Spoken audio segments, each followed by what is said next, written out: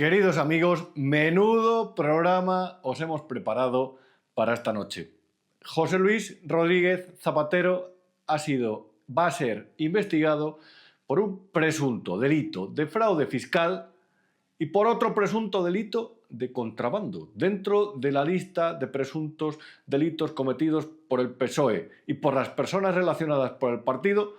Todavía no existía el de contrabando. Desde luego, van a faltar delitos en el Código Penal a los que se van a enfrentar en los tribunales las personas del Partido Socialista Obrero Español, del gobierno y del entorno de Zapatero. Todo esto viene, esta última causa, más allá de lo que tenga que responder la semana que viene, por la que ya está abierta, todo esto viene después de que ayer se presentara la tasación de sus joyas y se comprobara que han valido 1,3 millones de euros, que el juez de la Audiencia Nacional, el juez Kadama, quiere saber si están acreditadas, si puede acreditar cómo las adquirió, cuándo las adquirió y por cuánto valor, o si es un pago o lo que sea. El caso es que José Luis Rodríguez Zapatero se enfrenta a otros dos delitos: presunto fraude fiscal, presunto contrabando. Quédate que te contamos más detalles.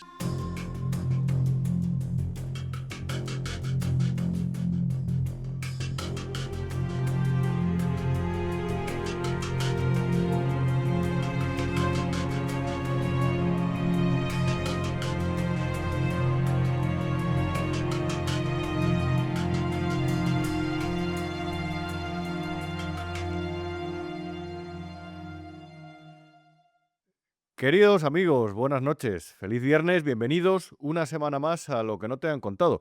Os reconozco que llego un poco exhausto porque entre la corrupción en este país que no para, las noticias de última hora, el trabajo para mis multipagadores, como digo, y sobre todo la promoción de extraños compañeros de trama, que sabes que es mi libro, estoy ya de verdad en la reserva. Una noticia tengo que darte: el domingo, este domingo 14 de junio, entre las 11:30 y las 13:30 horas, estaré en el kiosco de José Ortega y Gasset 45, José Ortega y Gasset 45, para hablar con vosotros y para firmar el libro si queréis. Podemos comentar también si lo habéis leído, y de verdad lo haré encantado y os veré encantado si os queréis pasar. Y si todavía no me he caído de agotamiento al suelo, porque vaya las noticias que surgen, vaya la situación de este país, vaya momento que vive España, cuando se han apagado las luces de la visita del Papa León XIV a España. Hemos vuelto a ver una vez más este país entre tinieblas y hemos constatado algo que a lo mejor pues, te imaginabas o no, quién sabe. A lo mejor eres quizás como yo, que camina por la vida un poco con ese concepto inocente sobre las cosas y luego no paras de llevarte, no sé, desvelos, por decirlo de alguna forma. Nos hemos enterado que hay periodistas de este país, hay 61 periodistas que estaban registrados, formaban parte de los registros de la cloaca. Nos hemos enterado que hay periodistas en este país, no sé si los 61 o una parte, porque ahí hay que tener cuidado, y ahora te explicaré por qué, pero hay periodistas de este país que defienden al gobierno por un interés empresarial y personal. Nos hemos enterado que en España se venden más periodistas que periódicos. Nos hemos enterado de que uno de los gremios más corruptos e indeseables de la piel de toro es el de los periodistas, el periodístico. Vaya novedad, ¿eh? Vaya novedad. Hemos caído en la cuenta al fin, o alguno a lo mejor ha abierto los ojos, sobre la falta de limpieza de este sector, sobre la corrupción, la falta de ética y la falta de escrúpulos de tantos compañeros, que cuando Pedro Sánchez mandó tocar las campanas y declarar las señales de alerta porque él peligraba, porque veía que la corrupción le llegaba ya el agua al cuello, cuando eso lo hizo Pedro Sánchez, incluso antes, se pusieron a trabajar de su lado, se remangaron y dijeron: nosotros somos los periodistas del gobierno, los abajofirmantes, la gente que responde en función de lo que diga el gobierno. La gente que recibe el argumentario en su teléfono móvil cada vez que va a una tertulia.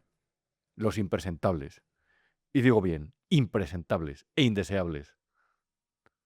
Yo no digo que los 61 que forman parte de esa presunta lista que manejaba Leire y su abogado, o el abogado que colaboraba con ella, estén corrompidos, en absoluto. Y te digo por qué. Y esto es muy importante que lo sepas porque creo que te lo han contado mal esta semana. Los periodistas hay veces que tienen que bajar a la cloaca para conseguir información. Tienen que ponerse en manos de gente que no es limpia, pero gente que maneja buena información. Esa gente da documentos o habla de cosas. Y el buen y el mal periodista no se distingue por con quién habla, se distingue por cómo contrasta la información para contar la verdad a sus lectores. Había periodistas que acudían a los despachos, a los cafés con Villarejo, y no contrastaban. Publicaba lo primero que les daba porque sabían que si hacían eso les iba a dar más información. Y había periodistas que lo contrastaban y publicaban buena información, porque Villarejo tenía acceso a información que era buena. Luego también intoxicaba. No quiere decir que los 61 que forman parte de esa lista de Leire sean corruptos o estén ahí para defender los intereses del PSOE y de la cloaca. No tengo ninguna duda que una parte ni contrastaba la información, porque se tomaba lo que estaba haciendo como una especie de batalla política e ideológica. Si es que esto es más sencillo de lo que parece, esto es muy simple. Hay gente que se piensa que está del lado del bien por estar del lado del PSOE. Y están en el periodismo, están en la fiscalía, están en los ministerios, están en todos los niveles institucionales y del sector privado también. Hay gente en tu mesa, de los domingos, la de tu familia, que se piensa que por votar al PSOE o por apoyar a la izquierda es mejor que tú. Esa gente que te hace el mal comentario, que te llama facha, que te llama fascista, por el mero hecho de decir que te parece completamente intolerable lo que está sucediendo en este país corrupto,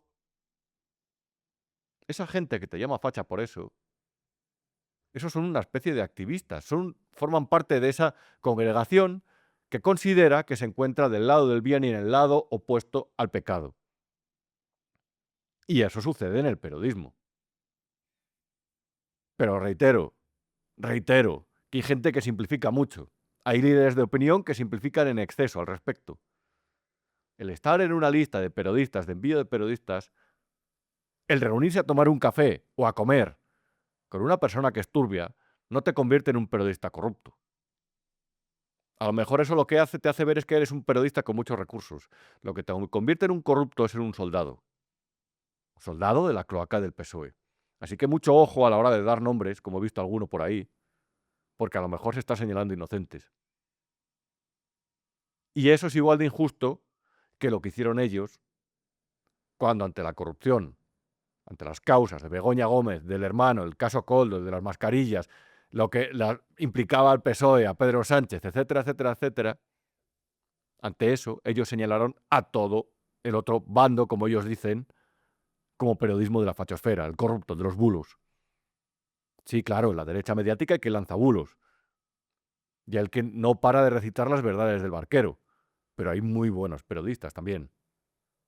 No caigamos en esas trampas. Eso es muy importante.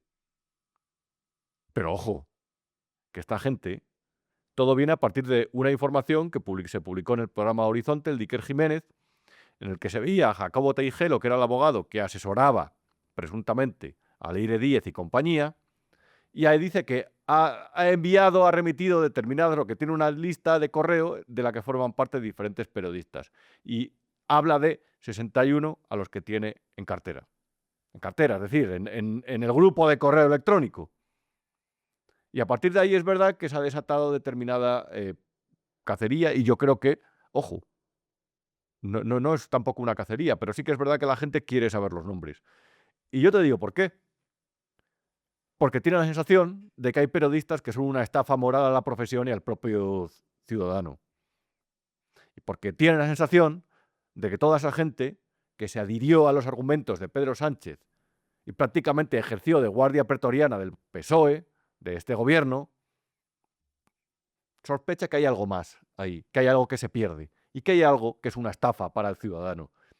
y que en realidad una parte de esa estafa la pagan ellos, los ciudadanos, tanto de forma directa como indirecta.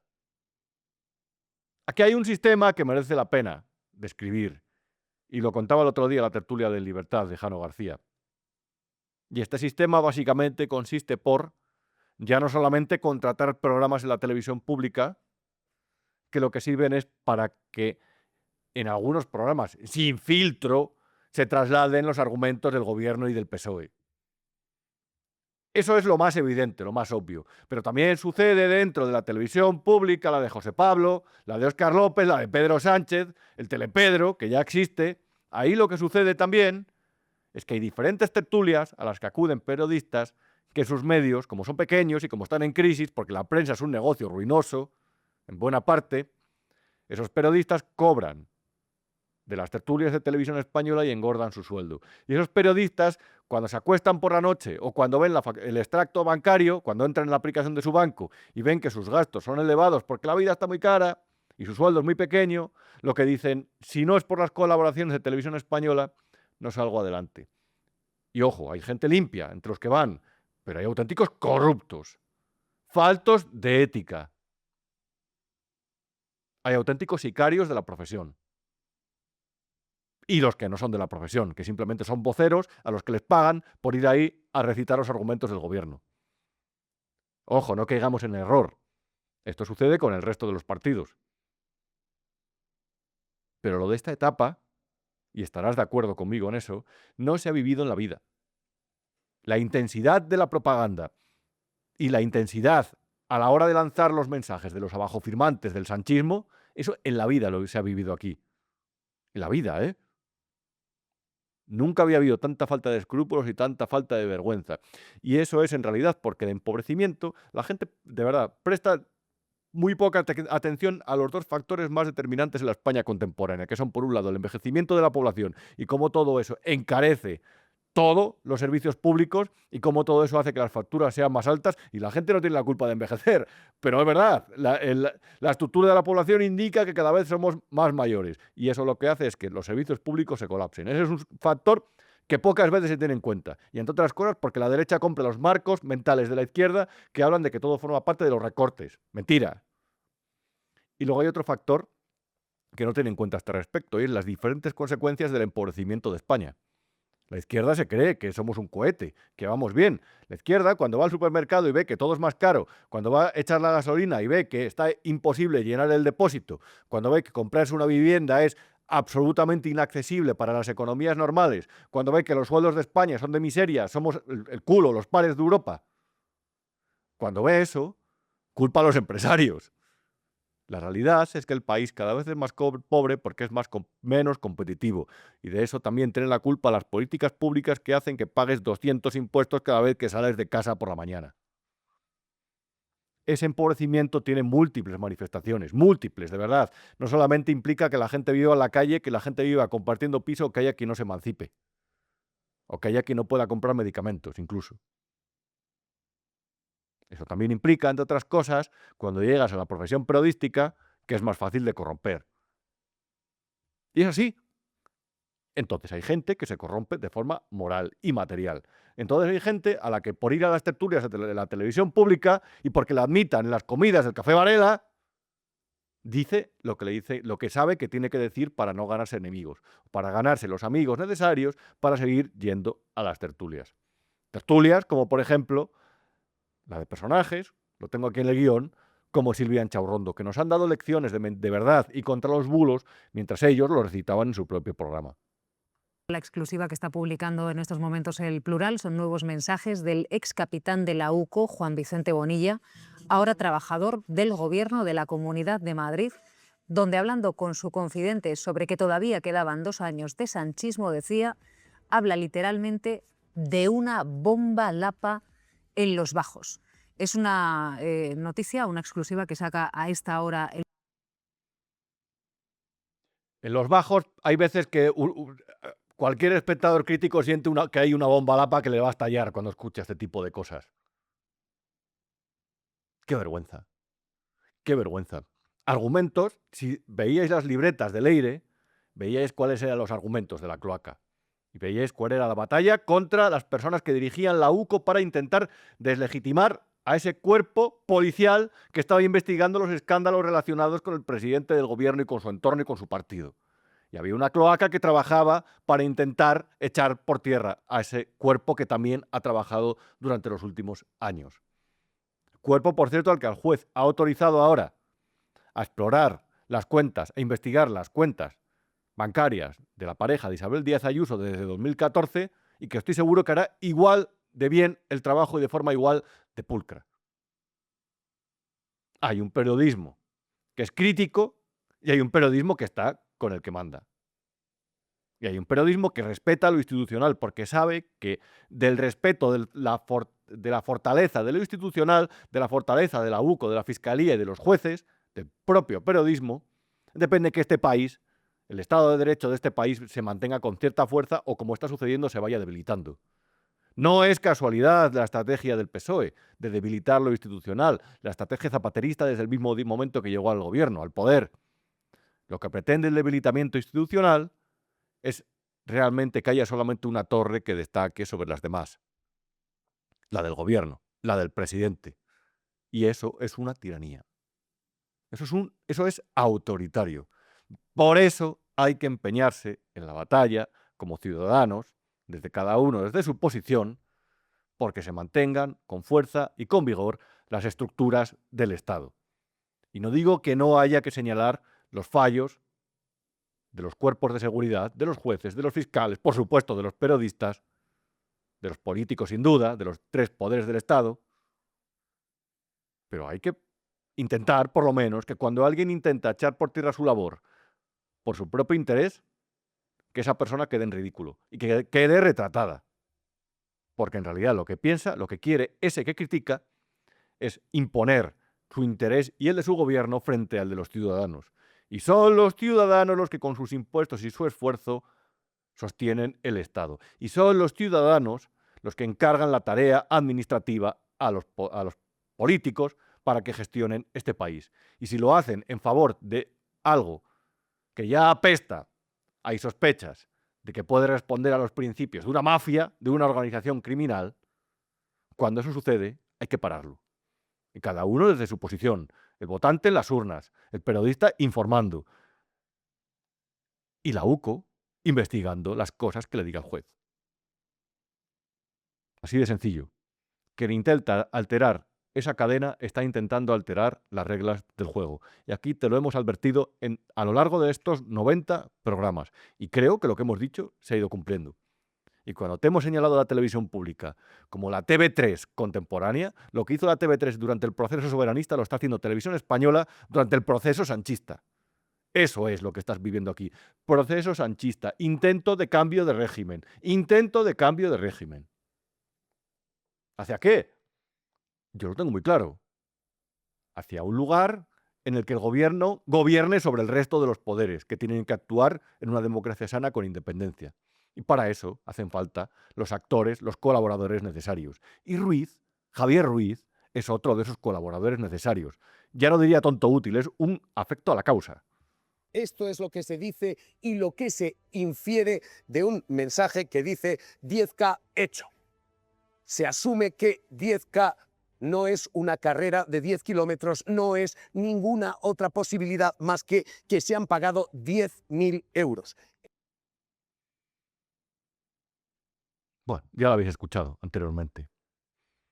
Llegan a tal nivel de tomar por imbécil a las personas que los escuchan que oye, a lo mejor hay que empezar a sospechar que les escucha un buen número de imbéciles. Porque no apagar la tele cuando uno escucha eso, o lo hace por morbo de a ver qué dice después, que también puede ser, de hecho así por eso lo veo yo, o lo hacen porque se lo creen. Y si hay mucha gente que se cree esto,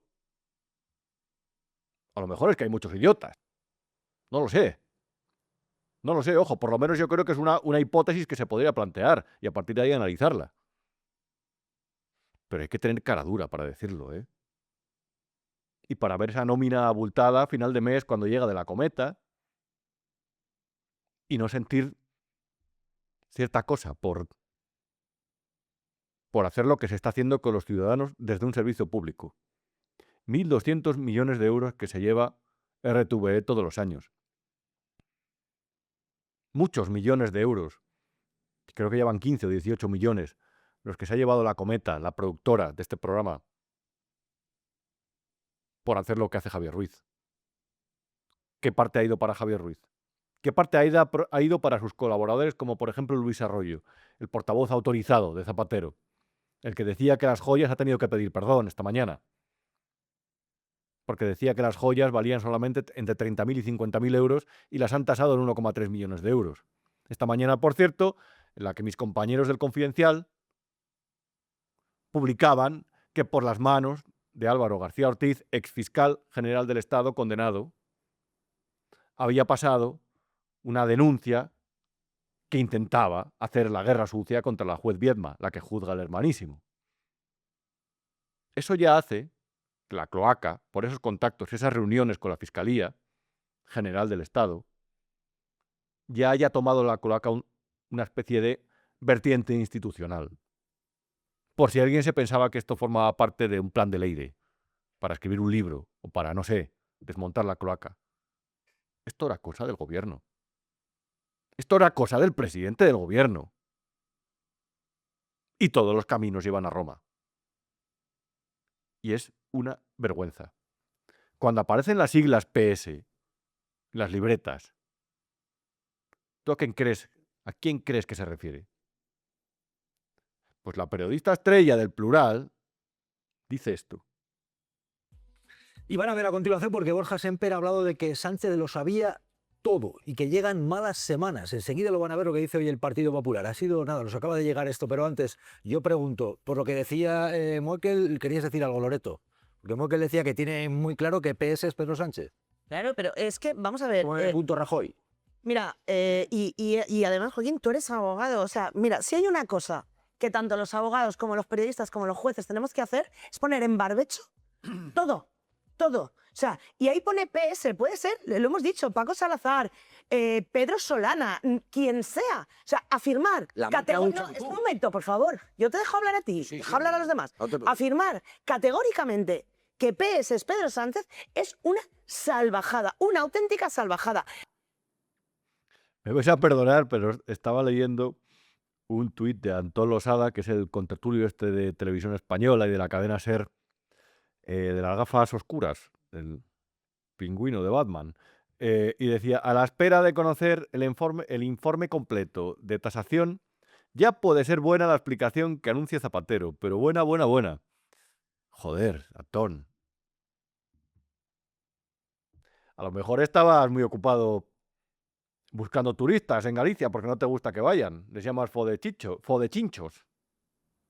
A lo mejor estabas muy ocupado con la propaganda que lanzas en cada intervención pública. Pero hombre, yo creo que lo de Zapatero cantaba, y no solamente porque le hayan encontrado unas joyas en la caja fuerte. Es que a lo mejor cantaba, y ya lo contamos, que Zapatero fuera a las elecciones de Venezuela a hacer de tonto útil para la dictadura de Maduro. A lo mejor cuando le veías por ahí, tenías que pensar cuáles eran sus motivaciones. Yo te voy a recomendar, así como consejo, de compañero, lo que seamos, no somos nada en general, de persona, digamos, que te cambies los cristales de las gafas, que te pongas unos más claros, de otro color, a lo mejor amarillo, como Llorente, el futbolista, o a lo mejor simplemente transparentes, porque las gafas oscuras te hacen ver todo demasiado rojo y las cosas no son muchas veces lo que parece. Vaya epifanía con Zapatero, ¿eh? Hay quien todavía se mantiene. Decía el director del Plural estos días, Chema Garrido, que cuando yo publiqué en su día que el Plural tenía un conflicto judicial con otro editor, que es Javier Salvador, el de Crónica Global, porque tenían un conflicto en el Consejo de Administración. Yo no sé ahora a qué se refiere Chema Garrido cuando dice que él, seguro que esto es otro proceso paralelo, no lo quiero relacionar. Pero es muy curioso que estos días haya dicho en Twitter, que yo creo que se lo inventa directamente, que antes de ser director, antes de que tomara el control, o directamente justo cuando lo hizo, intentaron, le hicieron una oferta de XX.xxx, supongo que se refiere a muchos ceros, para comprar ese periódico o para transformarlo en un periódico de derechas. Y que él no quiso, que prefiere ser pobre y éticamente intachable a venderse a la derecha. Pero Chema, de verdad, ¿quién se puede tomar en serio estos personajes? Pero Chema, pero que tú publicaste esto, que tú publicaste los DNIs del juez Peinado. ¿De qué hablas? ¿De principios? ¿De qué hablan? Es que de verdad nos han dado lecciones de periodismo, de buenas formas, de ciudadanía, de bonomía, de bondad, de camaradería. Personas como Silvia Enchaurrondo, que fue la que se puso a la cabeza, con imprudencia, con bastante desfachatez, porque trabajaba y trabaja la televisión pública. Entiendo que cuando tú trabajas en una administración o en una empresa pública, tienes cierto deber de neutralidad, que ya no existe, y en televisión española menos. Esta fue la que se puso a la cabeza de aquel manifiesto, el que nos acusaban de estar dando un golpe de Estado mediático y judicial. Mientras Pedro Almodóvar mandaba una carta escolar y le decía que se había puesto a llorar cuando Pedro Sánchez había enviado aquella carta a la ciudadanía. Porque se creyeron la persecución, porque por el interés te quiero, Andrés. Qué necesario es estos días lo del perro come perro, de verdad. Perro debe comer perro. Estos fueron la parte del perro que hay que devorar. Una parte de los que firmaron el manifiesto. Ahí está Antón Losada, que lo volvería a firmar. Por mucho que se descubra de Zapatero, lo volvería a firmar. Porque lo suyo, reitero, no es una batalla por la verdad, que es la que tienen que librar los periodistas. Lo suyo es una batalla porque se creen que su ideología es la única válida. Porque quieren imponernos a los demás su forma de ver el mundo. Y porque son activistas. Activistas. Todos ellos. En primer lugar, ¿qué hace un periodista firmando un manifiesto? ¿Qué hace un periodista firmando un manifiesto? Creyéndose protagonista de algo.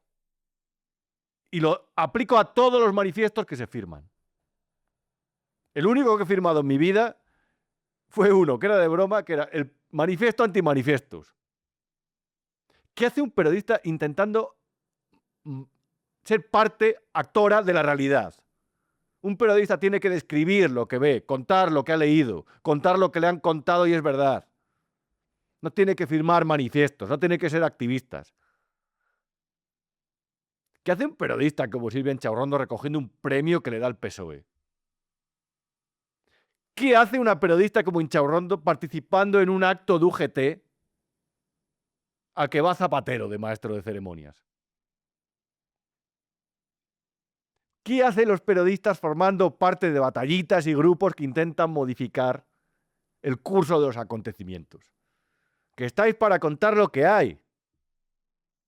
No son 61, son muchos más. Cuando hablo de esta cuestión. ¿Qué hace un periodista poniéndose del lado de esta gente? Han practicado, y te lo hemos advertido aquí múltiples veces, han tomado el mando de cada espacio de la administración, de cada espacio asociativo de este país, porque se han basado en la estrategia, y te lo hemos dicho, que es sindical también, eso que se inventaron los trotskistas del entrismo.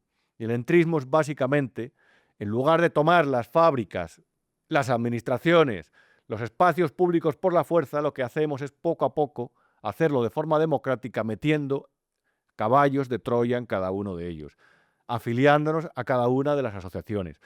Han tomado el control y maleado, se están dando de baja a los socios con honor, hasta del Ateneo, institución impoluta, hasta que la dirigió Luis Arroyo, que como director del Ateneo, presidente del Ateneo, tiene ahí también a su pareja Pepita Marín, consejera de Prisa también. Como director del Ateneo se ha saltado todo deber de cierta neutralidad, cierto respeto a los socios, para convertirse ya no solamente en activista de tertulia, sino también en el portavoz autorizado de Zapatero. Así hablaba de las joyas hace unos días. Las joyas proceden, como ha dicho el presidente, proceden de regalos y de herencia tanto de la madre de su esposa, de Sonsoles Espinosa, como de su propia madre y también de alguna tía. Primero, esa es la procedencia. Segundo, efectivamente, en una tasación inicial, que no sé si ni siquiera llega a ser tasación. Xavi, perdona, Sí, porque no, sí. yo no he visto un documento de tasación, pero el presidente traslada que el valor estimado es de entre 30.000 y 50.000 euros. Aquí en Extraños compañeros de trama, en el libro, antes de que saliera todo el caso Zapatero, cuento perfectamente cómo por sus movimientos se podía adivinar que había algo que era anómalo y que hacía sospechar sobre la actitud del expresidente del gobierno. Cuando uno se rodea de ciertas amistades, al final acaba siendo como sus amigos. Y al revés. Cuando uno se rodea de gente como Zapatero, acaba maleado, acaba deformado, acaba defendiendo conceptos que nos alejan de los que debería defender cualquier demócrata. Lo que defienden los Zapatero Boys, los chicos de Zapatero, no son los principios de la democracia liberal. Son los principios de ese concepto democrático que defiende los populismos hispanoamericanos que surgieron a través del Grupo de Puebla y el Foro de Sao Paulo, del que Zapatero es miembro fundador, como cualquiera puede apreciar al meterse en la página web del grupo. El discurso antiamericanista que estos días trasladan algunas de sus terminales mediáticas con respecto a la colaboración técnica y tecnológica de las autoridades estadounidenses a la hora de desencriptar el teléfono que ha señalado a Zapatero, ese discurso antiamericanista es el propio de los países del Grupo de Puebla. ¿Y por qué? ¿Porque los yanquis sean perfectos? En absoluto. Pero ellos tienen una democracia liberal y reconocen derechos civiles y libertades y obligaciones.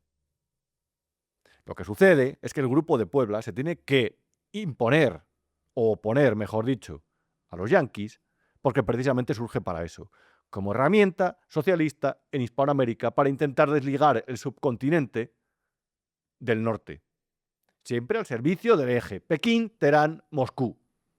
Quien no entienda esa derivada geopolítica no se entera de nada. Y quien no entienda que quien defiende a Zapatero o está ciego o tiene un interés, tampoco se entera.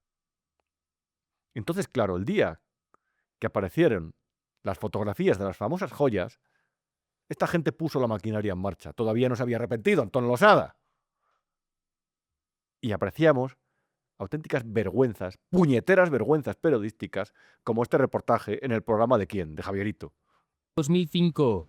Joyas dicen de alto valor, pero que en palabras de su portavoz, En cuanto suceden estas cosas, aparecen tasadores para todo, ¿no? Entre 30.000 y 50.000 euros es lo que se calcula y proceden de donde he dicho. varias que serían herencia directa de la suegra del expresidente. Y aquí ya, hablando de las joyas, con perdón y con todo cariño, pero de las joyas de la abuela, pues ya aparece uno, que no, esto vale 1 millón de euros, estos son las joyas de Sisi Emperatriz.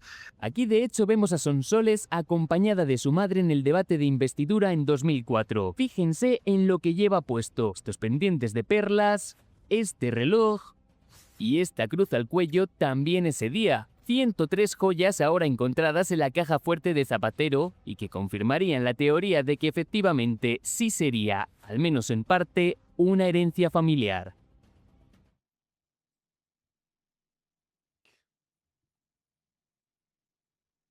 Pues esto es lo que hay. Esto es lo que pagamos entre todos. La defensa mediática del gobierno. La tasación que reveló OK Diario, mi amigo Luis Valcarce, este jueves, revela que esas joyas valían 1,3 millones de euros. Yo pensaba que la familia de Zapatero era pobre, familia gente normal. Ahora resulta que la herencia era de 1,3 millones de euros.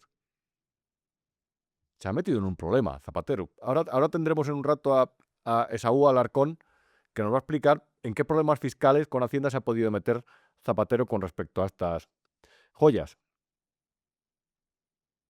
Hombre, eso de que decía Zapatero de ser socialista es tener poco y dar mucho, a lo mejor no se lo puede aplicar a él. Estos días han estado con el Papa, por cierto. Han intentado, claro, aquello del voto de pobreza a lo mejor desconecta con lo que defiende la Iglesia Católica, con lo que es un requisito para ejercer el sacerdocio, que es la primera etapa que sigue el Papa antes de ascender por la jerarquía eclesial.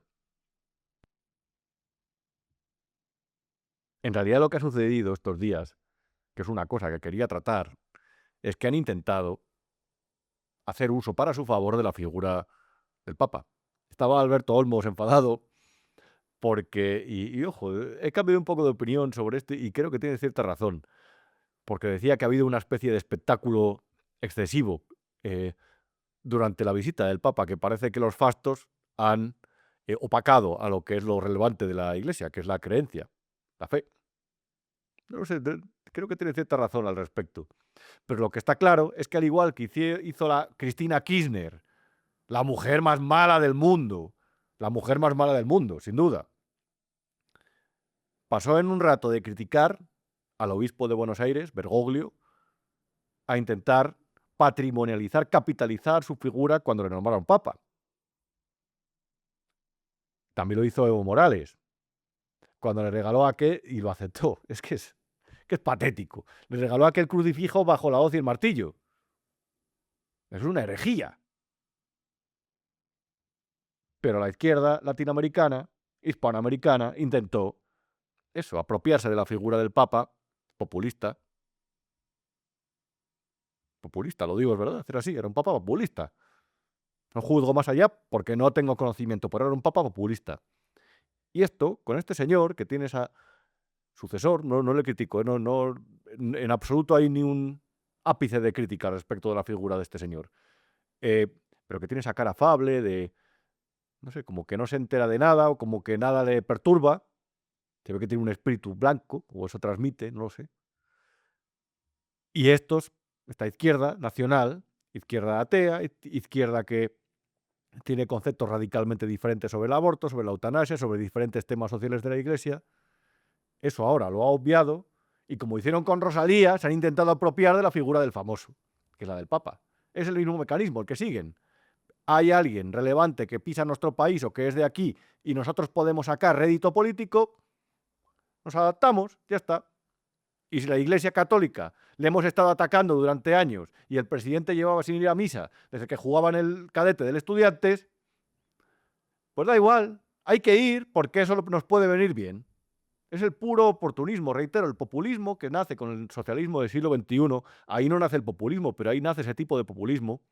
Lo que hace básicamente es plantear un cajón desastre en el que cabe cualquier cosa si ayuda a ganar el favor del pueblo, del discurso. Entonces, claro, no es casualidad que Fidel Castro abrazara al Papa Juan Pablo II porque le venía bien y porque hay una Cuba que nunca ha dejado de ser católica, del mismo modo que no es casual que Cristina, la mala, la malvada, la mujer más mala del mundo, se apropiara o intentara apropiarse de la figura de Bergoglio, de Francisco I, porque le venía bien también. Entonces, claro, hemos visto una imagen que pasará en la historia, que es la del presidente que ha obviado la herencia católica de España, y eso no implica ser católico o no ser católico, la herencia católica y la realidad católica de España. Eso lo ha obviado Pedro Sánchez durante todos estos años. Ese presidente, cuando ha habido que ponerse la cabeza de los actos porque le venía bien, lo ha hecho.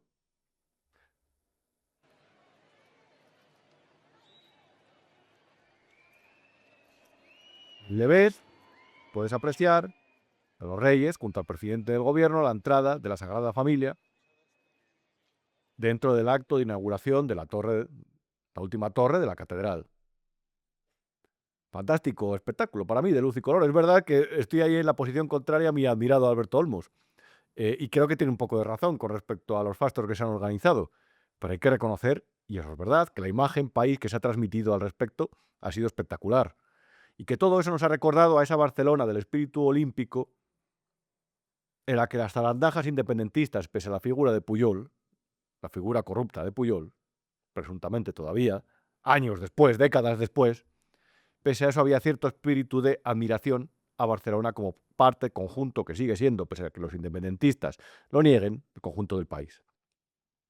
Desde ese punto de vista ha sido intachable esa parte de la visita. Ahora bien, se ponía ahí a la cabeza de la recepción Pedro Sánchez, que es lo que tenía que hacer, y yo me planteaba si antes de entrar a la iglesia, a la catedral, a la basílica, se había leído los 10 mandamientos. Porque una parte, y digo presuntamente todo, una parte a lo mejor la incumple. Una parte a lo mejor le sitúa en el extremo contrario a los 10 mandamientos de la ley de Dios. Y a los periodistas, a determinados periodistas, les sitúa directamente en el último nivel, en las calderas, en la escombrera del infierno. O ahí deberían estar, a partir de la labor que hacen y el por qué lo hacen. El otro día el periódico Público, el que fundó Roures, premió como el gran personaje del año y nos otorgó, nos hizo ver la gran broma, la gran tomadura de pelo del año también, y de la década si nos ponemos, premió a Álvaro García Ortiz, exfiscal general del Estado, el condenado. Y este, que está con ese discurso victimista de Rocío Carrasco, mi verdadera historia, pues habló, lo agradeció y dijo, no es normal que se premie a un fiscal como yo. Como tú, claro, normal, pues no es normal. Bueno, pues es importante, primero porque es inesperado y luego porque entender que a un fiscal general del Estado se le nombre personaje del año es una cosa, bueno, bastante paradójica. Así que entiendo que son todas las circunstancias que rodean todo lo que ha pasado, no mi persona exactamente lo que lo provocan y bueno, lo veo bueno, con cierta curiosidad también. En ese acto, una vez más, un ministro, en este caso Óscar López, volvió a atacar a los jueces. Recuerda, si no lo has visto, te lo recomiendo, en nuestro programa de la semana pasada teníamos aquí al magistrado de la Audiencia Provincial de Madrid, Luis Sanz, y nos hablaba con preocupación de los ataques constantes al tercer poder, al poder judicial, por parte del gobierno de España. Y cuando un gobernante ataca a un juez, generalmente es porque se intenta imponer, intenta elevarse por encima de la justicia. Es intolerable. Y una vez más, López lo volvió a hacer. Y luego Álvaro García Ortiz. Yo voy a decirlo para que me entienda el Supremo, o algunos. Hay jueces que prevarican. No he dicho todos los jueces prevarican. He dicho hay jueces que prevarican. Y si no son ellos, es alguien de su entorno. Otra vez lo vuelve a hacer. Y además lo hace en un momento, todo es contrarrestar la realidad, intentan contrarrestar la realidad, los papeles, los hechos, las investigaciones, con discurso, con relato, con mentira, con falacia, con lo que mejor se les da a los socialistas, que es engañar al personal. El socialismo, si os dais cuenta, aunque muchas veces se vote, finalmente se mantiene porque se impone. Y se impone porque poco a poco van reduciendo el nivel de acción, la posibilidad de acción de los contrapoderes, de quienes se oponen a ellos. Y en parte lo hacen con cloacas como la de Leire, que, como se ha sabido también estos días, como ves en esta imagen, la Fiscalía informa al juez Pedraz de que la mano derecha de García Ortiz se reunió con Leire Díez y un abogado. Y sigo con la siguiente noticia que también es preocupante. Leire Díez dijo que la Fiscalía comenzó a hacer cosas tras la reunión con la mano derecha de García Ortiz.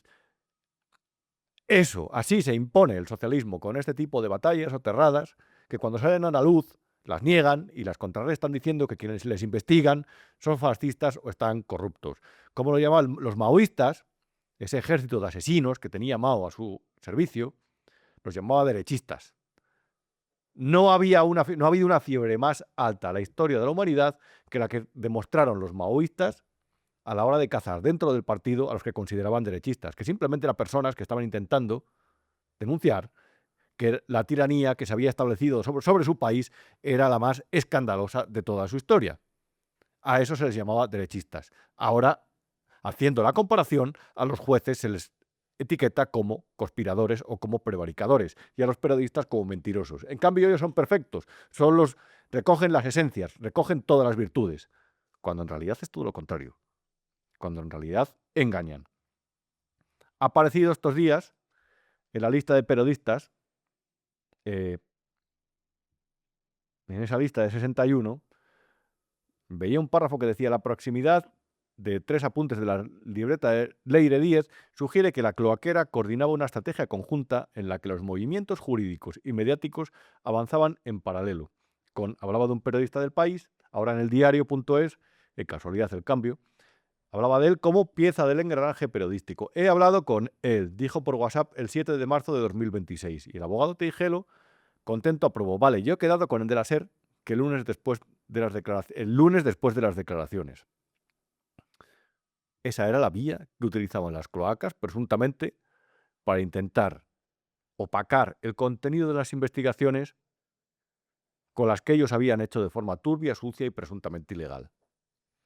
En fin, vamos a hablar ahora con Esaú Alarcón, porque tiene muchas cosas que contarnos sobre las joyas de Zapatero y sobre los problemas en los que se podía meter el expresidente a su juicio. Vamos a ello. Tenemos con nosotros, como os anunciaba, a Esaú Alarcón.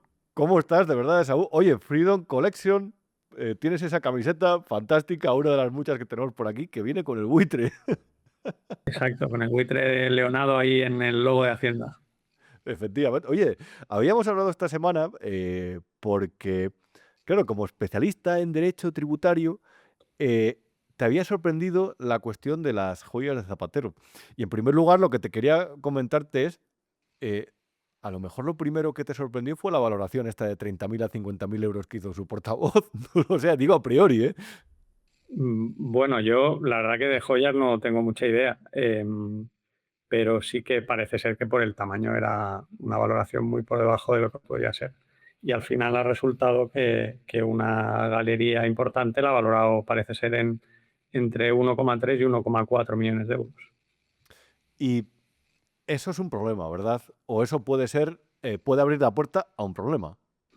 A ver, lo primero que hay que decir es que ya es una irregularidad.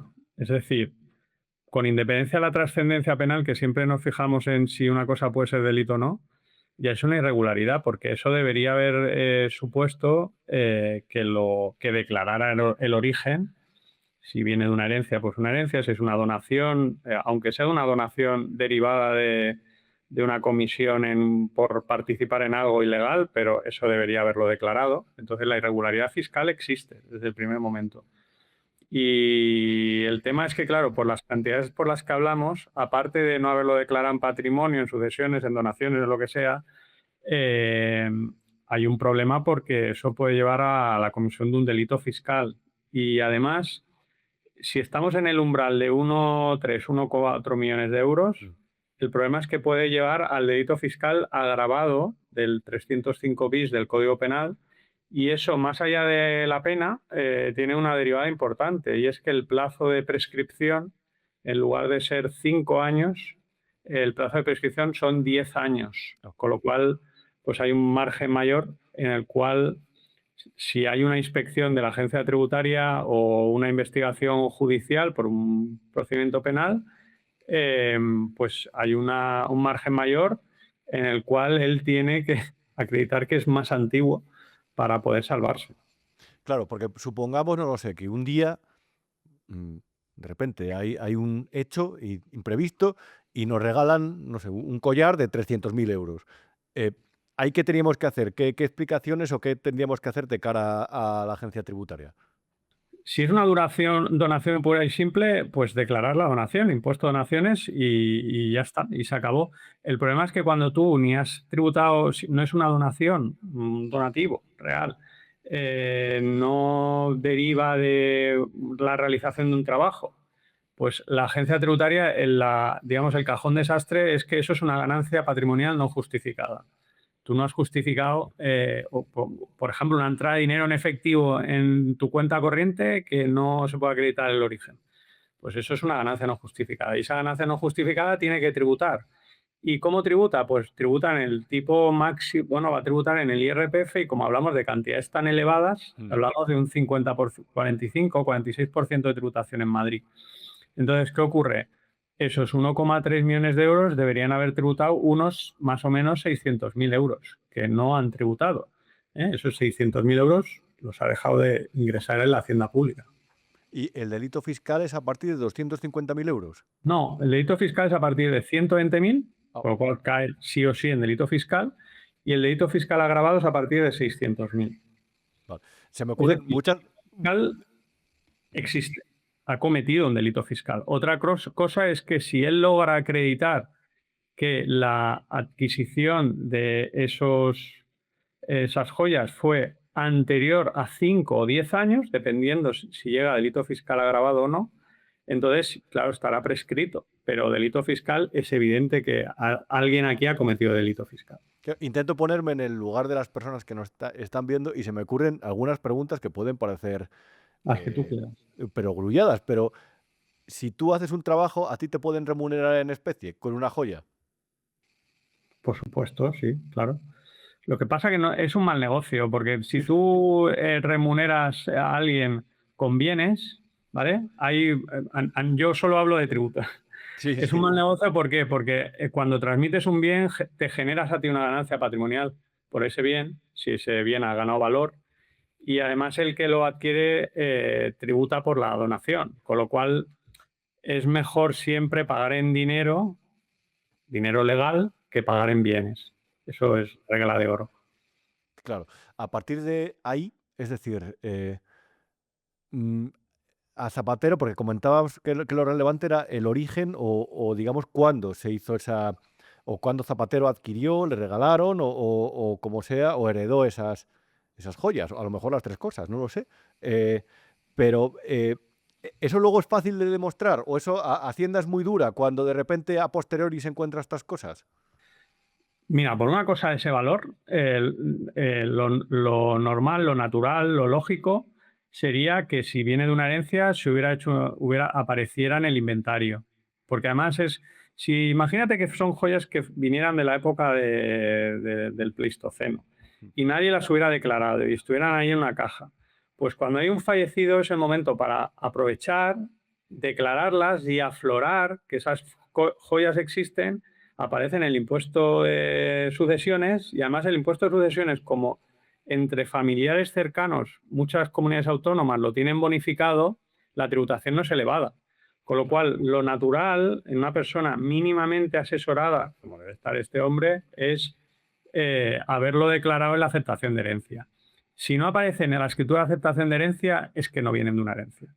Si se adquirieron por un donativo legal, sin que hubiera algo delictivo detrás, también habría una escritura, porque es lo normal, ¿vale? Y además, junto a esa escritura, tanto en donación como herencia, normalmente viene con una tasación, porque si hay varios interesados en la herencia, pues hay que hacer un reparto de bienes. Ese reparto debe ser equitativo conforme a los derechos sucesorios. Entonces, lo normal es que va a haber una tasación para hacer correctamente el reparto, porque si tú te quedas con esa joya, habrá un hermano que se quedará con otras cosas. Entonces, que todo eso no aparezca, lo que denota es que probablemente esas joyas son un pago de algo que no se puede justificar. Entonces, esto tendría otro problema que se llama blanqueo de capitales.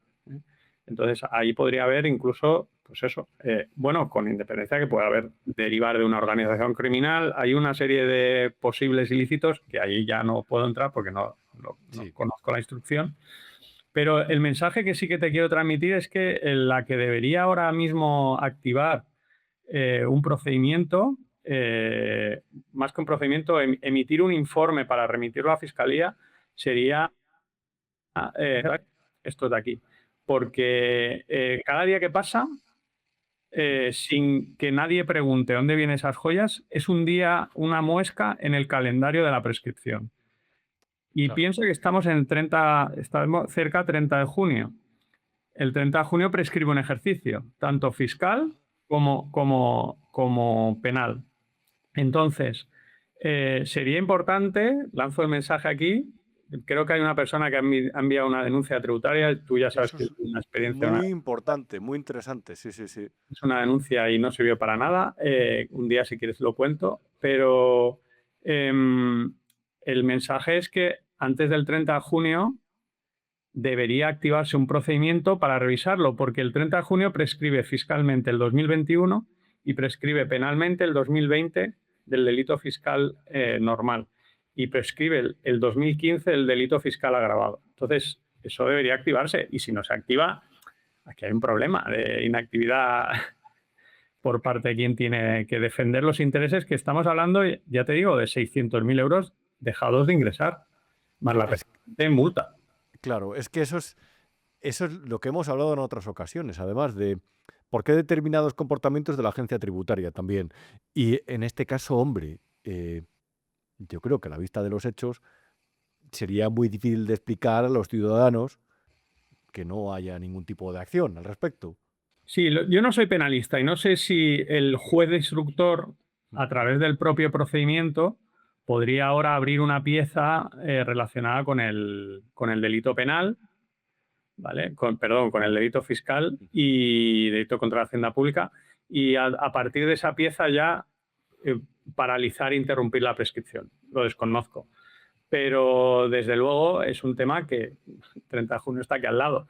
Y si, por ejemplo, esas joyas las adquirió, no sé cuándo fue el del Seagate, por ejemplo, pero si vienen de, yo qué sé, o de alguna actuación que realizara con China, ¿no? Tú que sabes esas cosas, en el año 20, pues es que a lo mejor tiene la suerte de que le prescribe. Ya. Ellos, yo entiendo a lo mejor que ahora lo que harán es intentar presentar una tasación alternativa, ¿no? Además de datar esas joyas. Sí, entiendo que sí, claro. Yo creo que además sería bueno tener, claro, la tasación de unas joyas no es un inmueble. Claro. Habría que tener varias, entiendo yo que se necesitarían varias tasaciones oficiales, ¿no? O por empresas de reconocido prestigio. Creo que sería bueno para el procedimiento, tanto de parte como a nivel judicial. Claro, me comentabas estos días por WhatsApp, Esaú, ¿hay alguna cosa rara aquí con las facturas que habías encontrado de Leire Díez? Porque pasaba como cuando, no sé, es decir, cuando escribes un libro que no está exento de IVA, a lo mejor por eso las pasas sin IVA, ¿no? Porque Sí, ibas tú bueno, para escribir un libro. me llegó a través de un compañero tuyo las facturas y claro, me sorprendió mucho porque sí que es verdad que los derechos de imagen, ¿no? Los derechos de propiedad intelectual, etcétera, siempre y cuando hay un artículo publicado en prensa, pues eso no tributa por IVA, ¿no? Pero claro, esta señora emitía facturas pues de 1.600, 1.200, tal. Claro, eso son facturas por remuneración. Y además ponía concepto periodismo o algo así, no me acuerdo. Entonces, no daba la sensación de que fuera concretamente un artículo, ¿no? Y además, eso por un lado. Y por otro lado, claro, si son 48.000 euros en 2 años, yo no sé, pero yo tuve un éxito de ventas dentro de mi sector, ¿vale? Que muy tal. Y creo que el año que gané más, gané 150 euros. Entonces, Claro. 48.000 euros en tal. Entonces, ¿qué ocurre? Da la sensación de que eso son facturas, y perdón, y el problema de fondo es que esas facturas van sin IVA, ¿vale? Van Claro. base, no hay IVA y hay una retención del 7%. ¿Cuáles son los problemas que veo ahí? Primero, la retención del 7% es para los 2 primeros años de actividad. Esta señora que dice que era periodista toda su vida y que iba a hacer un libro, yo, vamos, la veo y creo que es una señora mayor, ¿no? O sea, como mínimo de mi edad. Claro, a mi edad, que sean sus 2 primeros años de actividad económica como periodista, pinta un poco más raro, ¿no? O sea, me parece raro. Pero bueno, eso, aceptamos barco como animal acuático, pues las hemos pagado de alta hace 2 años, pero lo que denota eso es que es mentira el argumento de que ella es una periodista que se dedica a eso. Pero bueno, dejamos eso de lado. Vamos a la fiscalidad. El problema de fondo es que el PSOE no debería haber admitido esas facturas sin IVA, porque y dicen, no, pero el que emite la factura es el que genera el problema. Sí, ella realmente, si emite la factura con IVA, son 100 más 21, esos 21 se los paga y luego lo ingresa a la hacienda pública, tiene un efecto neutro. Pero para el PSOE es una ventaja importante el que facture sin IVA, porque el PSOE probablemente la mayor parte de sus ingresos y su actividad es una actividad exenta de IVA. Es decir, eso hace, al estar exenta, al no generar IVA, no tiene derecho a deducir. Entonces, a ellos le beneficia que las facturas vayan sin IVA, porque si no, ese IVA se lo comerían, no se lo podrían deducir, al menos una parte de él. Entonces, yo creo que, pero estoy especulando, pero creo que el origen de que esas facturas sean sin IVA es el propio PSOE. Y esto denota que hay o poco control o son poco escrupulosos con la fiscalidad, ¿eh? Y además, bueno, eso es una irregularidad clara. Eso también, insisto, debería hacer que alguien en la inspección de los tributos entrara en esa contabilidad, porque es una irregularidad clara y hay un defecto de ingreso de tributo. Bueno, y de hecho los que trabajamos con algunos proveedores, Bueno, cuando claro, tú lo sabrás mejor que es nadie. que además ya no me ha pasado cosas que está muy bien y ahí me ayudan, ¿eh? De verdad. O sea, mandar la factura por error con el mismo número que has mandado otra. Oye, mira, no, que esto no se puede porque nos metes en un jaleo con el auditor. Mandar la factura a lo mejor con un tipo de IRPF diferente, es decir, mira, es Sí, curioso, sí. en los libros yo generalmente pongo el 15, pero en los libros es el 7 y no te las admiten si no, y luego digo, porque yo prefiero pagarlo ahí que a final de año. Y no, es el 7, no te las admitimos. Es decir, que generalmente los proveedores suelen ser exigentes también. Parece que el Mira, lo del PSOE no. 7% en lugar del 15%, ¿vale? Que tú sabrás que las facturas la retención normal es el 15%, ¿no? Sí. Es el 7% los primeros años de actividad. Si a mí me viene alguien con una factura al 7%, yo estoy obligado a pedirle que me envíe un certificado de Hacienda diciendo que son sus 2 primeros años de actividad. Porque la ley me impone que si a mí no me envía ese certificado, mi obligación es retenerla al 15%. Entonces, Claro. el PSOE o conocía o debía conocer que esas facturas deberían ir con IVA, ¿vale? Y estoy utilizando la terminología de la jurisprudencia del Tribunal de Justicia de la Unión Europea. Y si no lo ha hecho, pues insisto, o tiene una persona muy torpe en contabilidad o realmente hay irregularidades fiscales graves en su contabilidad. En fin, Esaú Alarcón, ¿tienes algún artículo nuevo publicado? Por cierto, siempre te pregunto sobre ello.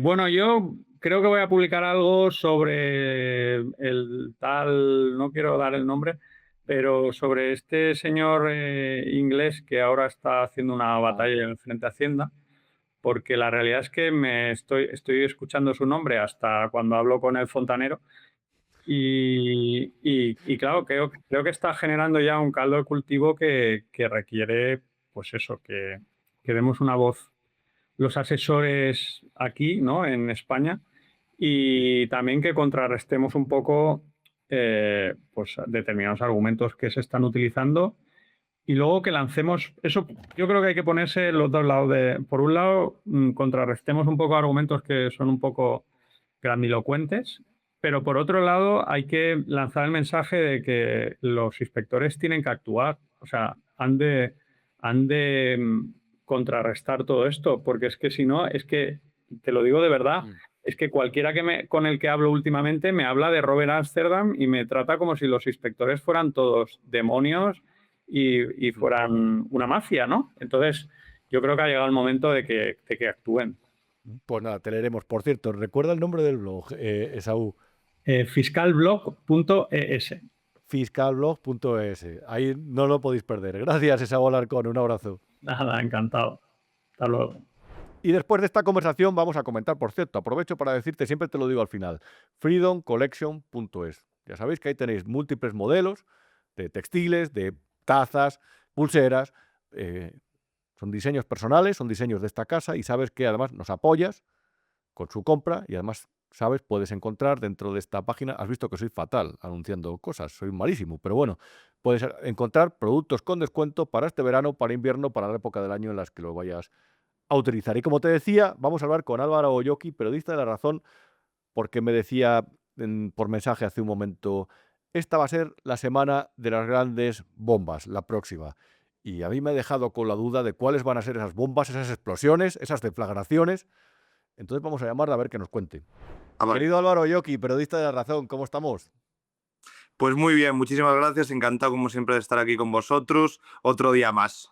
Oye, la gente en los comentarios siempre que entras me dice que lo explicas muy bien y la verdad es que no me puedo resistir a llamarte y sobre todo esta semana porque han pasado un millón de cosas. He visto que has publicado como 12 informaciones en los últimos días porque tienes un ritmo de trabajo espectacular y ha habido alguna que era muy interesante. Por ejemplo, a mí me ha sorprendido esa en la que relacionas el caso Leire con la presunta o la supuesta o las sospechas de caja B del PSOE. ¿Esto va en serio?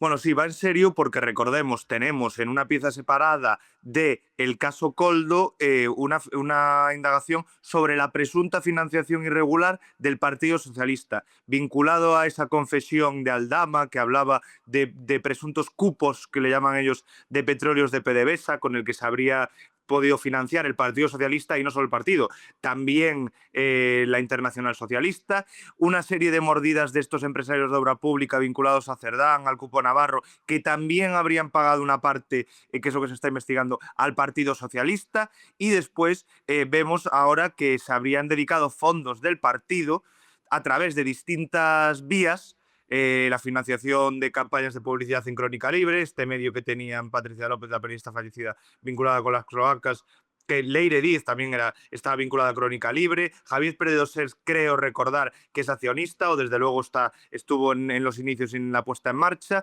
y después también esos pagos tanto a Jacobo Teijelo por asesoría de menos de un año, si no me equivoco, de noviembre de 2024 a junio de 2025, coincidiendo con la imputación de que su cliente es Cerdán.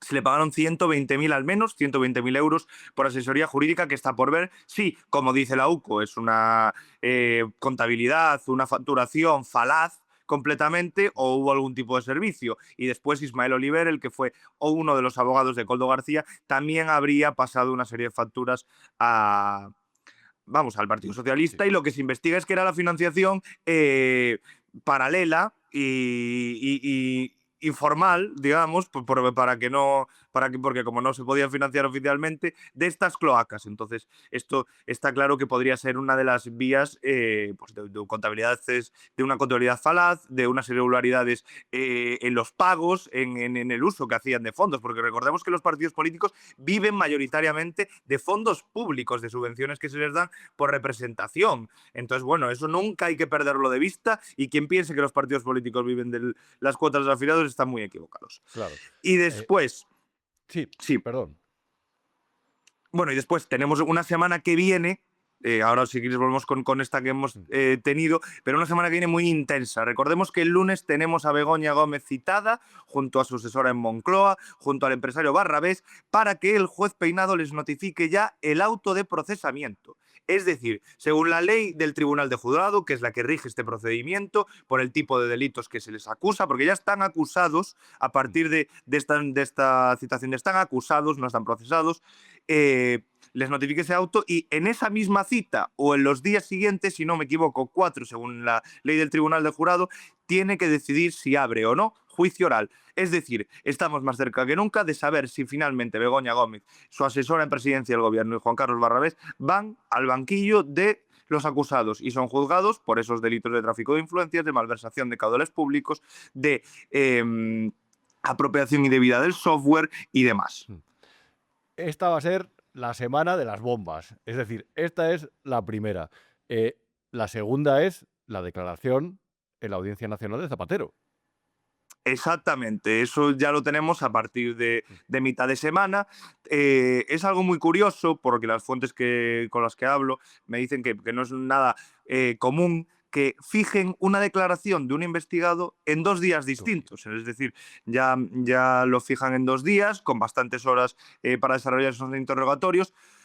No está claro que vaya a alargarse durante 2 días, porque lo que nos cuentan es que Zapatero, y especialmente después de haberse confirmado que esas joyas que decían que no valían nada y que eran poco más que alhajas de un paseo marítimo compradas y demás, valen al menos 1,3 millones de euros, y es una estimación inicial de Ansonera, que es una de las mejores casas de joyería de este país. Y también ahora, por ejemplo, uno de los últimos pasos que hemos visto de la estrategia de defensa de Zapatero ha sido intentar buscar el cuestionamiento del móvil ese de Rodolfo Reyes, que es uno de los principales accionistas de Plus Ultra, consejero y demás, y este señor era como el origen, una de las vías de esa investigación inicial que desde 2018, ya hace muchos años, se desarrolla en torno a ese blanqueamiento de capitales, expolio venezolano, de fondos que eran para comida para las personas necesitadas, de oro procedente del Banco de Venezuela. y a él se le incauta el móvil por esta agencia americana de investigación. A partir de ahí, del extracto de los móviles, que por mucho que él mandó un escrito, el abogado Zapatero, diciendo que no está en el sumario, los que tenemos el sumario sabemos que sí que está, es una serie de capturas con una serie de datos, y ahí encontraron en Estados Unidos pues movimientos y órdenes de movimientos de activos financieros y de monetarios alrededor de todo el mundo. Y Eso ahí estaba apareció... en la famosa conversación de Signal, tiene que ver también aquella Sí, bueno, son muchas conversaciones, o sea, esta gente utilizaba muchos tipos, tanto WhatsApp como iMessage de Apple, como Signal, como Threema, como todo tipo de vías para comunicarse. Y ahí ya, en el móvil de Rodolfo Reyes, aparecen pagos a AR, Análisis Relevante, de Julito Martínez. Es decir, es un poco la vía por la que entra esta investigación paralela de blanqueo en lo que ha acabado siendo la imputación de Zapatero y de este hombre de confianza y que se le califica hasta lacayo, que era Julito Martínez. Entonces, hay que tener claro que por un lado hay un temor con el cambio de abogados que ha hecho, que ha contratado a una exfiscal de la Audiencia Nacional, el despacho Gómez Liaño. Este señor pues está a la espera, como decíamos, de saber qué pasa con Aldama, si se le premia lo suficiente o no, que eso hay que tenerlo muy claro, la colaboración con la justicia, para saber si a él le va a compensar o no tirar de la manta, colaborar e implicar a la persona al final que le ha dado todo, que es Zapatero, no hay que olvidar eso. Qué buena es esa derivada, Álvaro. No lo había pensado. Claro, que Totalmente. la sentencia del caso de las mascarillas todavía no se conoce. No sé si está No previsto se conoce. para esta Está semana. previsto en las próximas semanas. No está claro, se pueden hacer previsiones. Los de tribunales intentamos no hacer previsiones porque muchas veces nos podemos equivocar, porque muchas veces te pueden decir fuentes directas que puede llegar un día y las cosas en la justicia y en la administración muchas veces se retrasan y no sabemos. Pero bueno, antes del verano, antes de que nos vayamos de vacaciones en agosto o finales de julio, está claro que, vamos, se da por hecho que se conoceremos la sentencia. Y están a la espera y expectativas. Zapatero no se espera, por ejemplo, que responda a las acusaciones populares, a toda esa serie de entidades que están personadas, sobre todo, que esto es lo que me imagino que dirás, teniendo la unificación en el Partido Popular, causa política y demás, bueno, los argumentos que les quedan para defenderse, porque eso al final es secundario completamente. Estados Unidos, es que es Estados Unidos que viene a por nosotros también. Esa, joder. Esa también es otra derivada. Y entonces, también una de las principales estrategias de Moreno Catena, de su abogado, va a ser buscar la nulidad a través de quién autorizó el uso de ese teléfono, si es regular su utilización en un procedimiento en España, si fue legalmente sustraído de su dueño y volcada la información, si cuando se envió se hizo conforme a los procedimientos procesales y demás. El juez Calamano es tonto y ya, por ejemplo, lo que ha pedido es colaboración a la justicia estadounidense para que autoricen ellos por su parte y dejarlo todo bien blindado el uso de ese teléfono, porque lo consideran una prueba, un material probatorio fundamental. Álvaro, hay una cosa llamativa, hablabas de Julio Martínez, de Julito, había unas anotaciones en uno de sus cuadernos que parecían describir un plan. Como cante Julito, parece que tiene buena información. Sí, como te contaba la semana anterior, Julito está claro que era el hombre intermediario de esas gestiones que hacía Zapatero, según en el nombre de la paz y de la humanidad, en Venezuela y con el gobierno venezolano. Julito, aparte de la parte económica, de las transferencias de fondos, de la canalización de presuntas comisiones a cambio de esa red de tráfico de influencias que lideraba Zapatero y a través de su acceso como expresidente a muchísimas administraciones, no solo la española, también la de Venezuela y otras internacionales, pues era una persona que yo creo que ejercía un poco un papel de interlocución de esos asuntos en que podía participar Zapatero a nivel político en Venezuela y otros países. Y no hay que olvidar también, por no dejarme todo, porque esta semana hemos visto la confirmación de que Leire Díez y su Jacobo Tejero y este grupo liderado presuntamente por Santos Cerdán de las cloacas del PSOE se llegaron a reunir y tenían acceso directo con la Fiscalía General del Estado, se reunían con la que era la mano derecha de García Ortiz como fiscal general, Diego Villafañe, y que ahora la han ascendido con la nueva fiscal general, el sucesor de García Ortiz, a fiscal de Sala del Supremo, que es el mayor escalafón de la carrera. y otra persona del gabinete técnico de aquella época de García Ortiz. Al menos se conocen 2 reuniones, está por ver si fueron más, porque dicen que una en febrero de 2025 y otra a partir de marzo, pero no saben el número exacto. Habrá que ver cómo justifican que estas reuniones se produjesen. Y hoy hemos sabido por los compañeros del Confidencial que esta señora consiguió que tramitara directamente el fiscal general la denuncia de este señor expulsado, magistrado por condenado como violencia de género, Sáenz de Tejada, contra la jueza de Badajoz. Nosotros, y lo recomiendo, hemos publicado, mi compañero Ricardo Cuarasa, una pieza con información muy detallada y antes no conocida sobre el acoso que sufrió la jueza Viezma durante la instrucción del caso Hermanísimo, los espionajes, cómo le afectó a su entorno familiar. Lo recomiendo de verdad leerla porque merece la pena saber hasta qué punto hemos llegado en un Estado de Derecho. Y habrá que ver si acaban siendo llamados a declarar, habrá que ver, porque lo que tenemos es un avance, la información que traslada la Fiscalía y qué pasos da Pedraz, porque la verdad está siendo muy diligente, ha pedido toda la información posible, lo tiene todo muy claro y va a ir hasta el final. Eso es una sensación entre los que nos dedicamos a esto clara. Claro, Y que por si es que último, además sí. esa reunión en la fiscalía, esas reuniones, lo que demuestran es que esto ya no solamente era una cloaca que iba por debajo del suelo, sino que llegó al terreno institucional. Es decir, aquí estamos hablando de algo mucho más serio. Eso ya es lo que lo transforma ya en algo especialmente mucho más preocupante. Exactamente, dentro de la indeseable politización de organismos como la cúpula de la Fiscalía, pues yo creo que lo que parece, por lo que hay indicios y que está pendiente de confirmarse, es que buscaron la complicidad y el impulso desde la cúpula de la propia Fiscalía para que la Fiscalía empezara a investigar la denuncia contra Viezma. Es decir, un poco tener ese respaldo de arriba para decirle a la jueza responsable de Badajoz, a la fiscal, perdón, responsable de Badajoz, desde Madrid, que esta denuncia había que tramitarla lo mejor posible y darle la importancia que tenía, porque este tipo de denuncias, o como estaba fundamentada, pues no iban a ningún lado. En fin, Álvaro Yoki, periodista de La Razón, fantástico como siempre. Muchas gracias de verdad por pasar un rato con nosotros. Gracias a ti, como siempre. Un abrazo, hasta luego, Álvaro. Adiós, muchas gracias. Y en esta última sección, El pueblo es sabio, que sabes que es la que hacemos cada semana a través del grupo de Telegram, del que Iván pondrá el cartelito por aquí, por si te quieres suscribir, si te quieres entrar ahí, mejor dicho. Pues esta semana os hacía una reflexión que a mí por lo menos me llamaba la atención. Era como, ¿qué opinabas de la imagen que ha dado España internacional y sobre todo interna durante la visita del Papa, y de cómo al final esto recordaba a aquellos años antes de 2017, antes incluso de la crisis económica, cuando todo se maleó, se malformó, se arrastró hacia el terreno de los populismos, de los independentismos?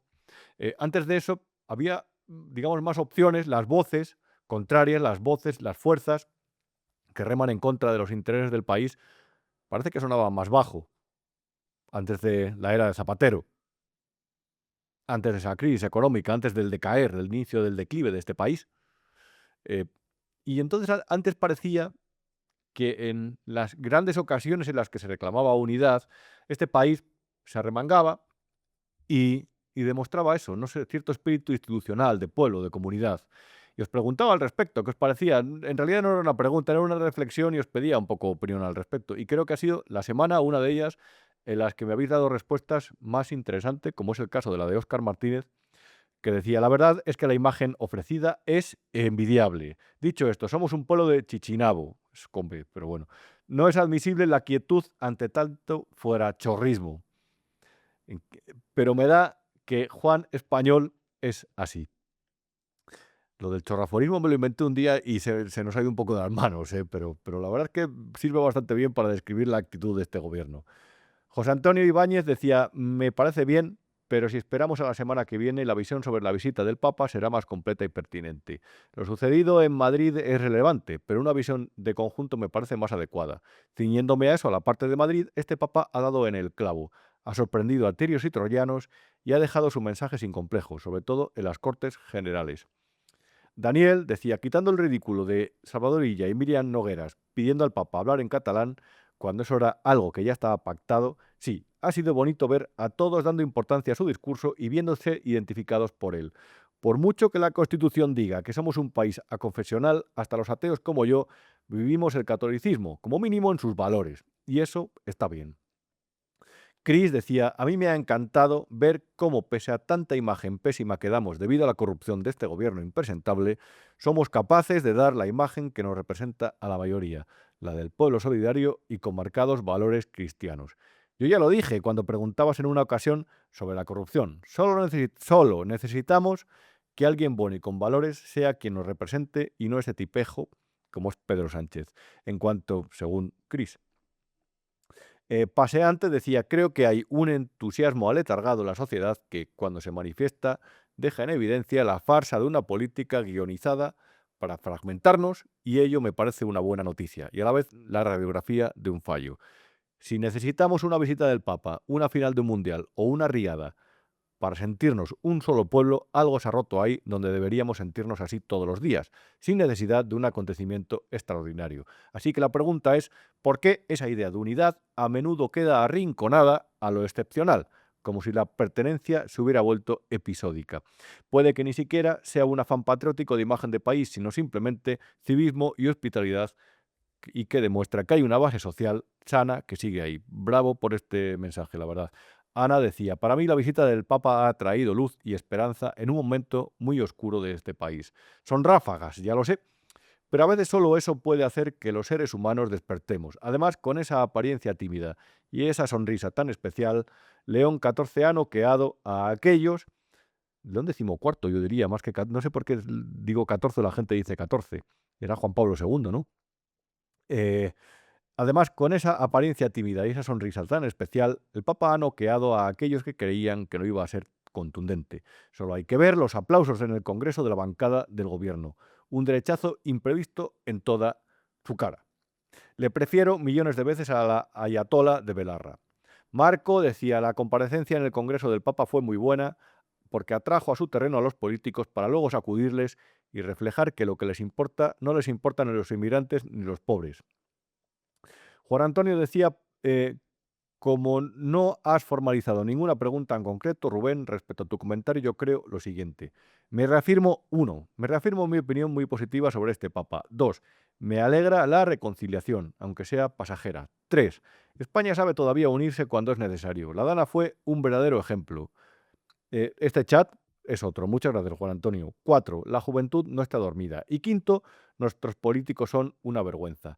María Ángeles decía, Barcelona acaba de presentarnos su Sagrada Familia terminada con fuegos artificiales y drones. Y a mí de momento me parece que la visita es muy necesaria, pero noto cierto grado de competencia entre las capitales y eso no me termina de gustar.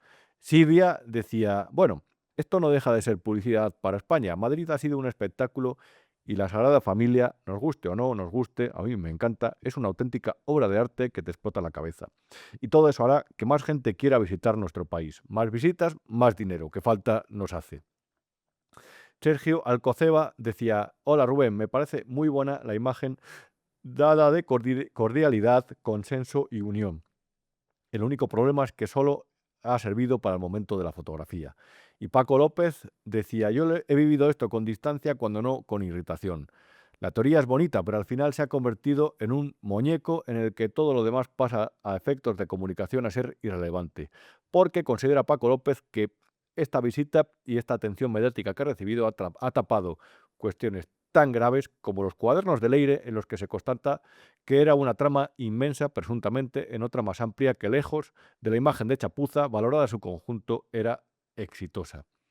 En fin, amigos, muchas gracias por seguir una semana más por aquí. Ya sabéis que tenéis en Amazon y en vuestras librerías Extraños Compañeros de Trama, que es mi libro. Ya sabéis que ahí describo la red de corrupción, de tráfico de influencias y de dependencias que se ha establecido en España bajo estos años de gobierno socialista. Ya sabéis que el domingo de 11:30 a 1:30, si queréis, voy a estar por allí para hablar con vosotros, para firmar el libro, para lo que sea menester, en el kiosco de El Gran Miguel, en calle Ortega y Gasset, número 45. Y pronto os informaremos de qué día será la presentación y si os queréis pasar, pues por ahí estaremos comentando alguna cosilla del libro, de la vida y de todo lo que nos preocupa. Amigos, la semana que viene volvemos aquí con la que será ya la edición número 91. Gracias por estar con nosotros una semana más por aquí, en Lo que no te han contado, en Vivo a Media. Te quedas con nuestros contenidos durante el fin de semana y reitero, te esperamos el viernes que viene. Feliz fin de semana y adiós.